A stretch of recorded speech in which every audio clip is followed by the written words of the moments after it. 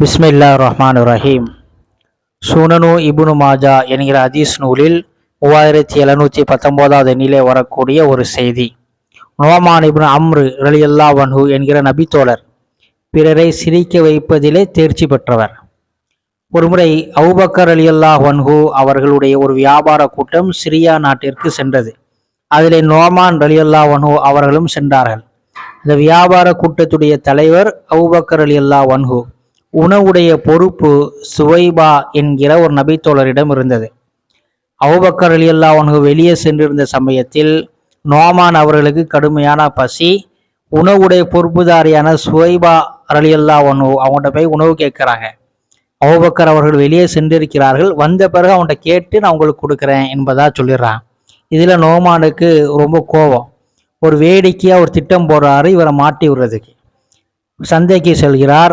வியாபாரிகளிடத்தில் இவ்வாறு சொல்கிறார், எனக்கு தெரிந்த வலிமையான ஒரு அடிமை இருக்கிறார். அவர் கொஞ்சம் ஓவரா தான் பேசுவார்.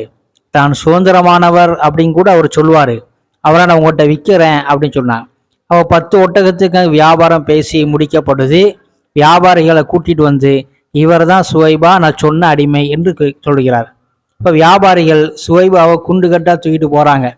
அவர் கத்துறாரு, நான் அடிமை இல்லை, நான் சுதந்திரமானவன் அப்படின்னு.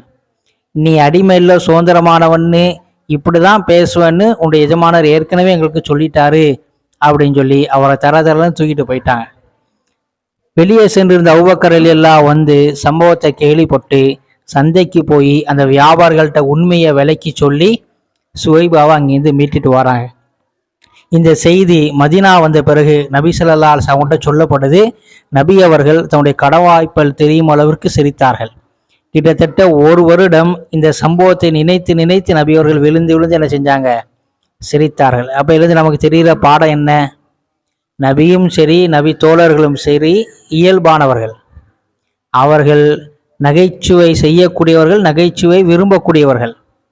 இப்போ இன்னைக்கு சினிமாவில் பார்க்குற மாதிரி தாடி துப்பி தலைப்பாலம் போட்டு ரொம்ப முரட்டுத்தனமா ரொம்ப கெடுபிடி உள்ளவர்களாக மிகவும் கடுமையான கடுகடுப்பாக பேசக்கூடியவர்களைப் போல இன்று சினிமாவில் அந்த சஹாபாக்களுடைய அடையாளங்கள் தலாப்பா தொப்பி இதெல்லாம் காட்டப்படுது.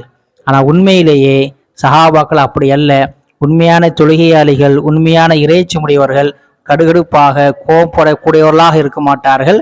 மாறாக இயல்பானவர்களாக மற்றவருடைய மனதை புண்படுத்தாமல் நகைச்சுவை செய்பவர்களாகவும் அதை ரசிக்கக்கூடியவர்களாகவும் இருப்பார்கள் அப்படிங்கிறது இந்த சம்பவத்தின் மூலமாக நமக்கு தெரிய வருது.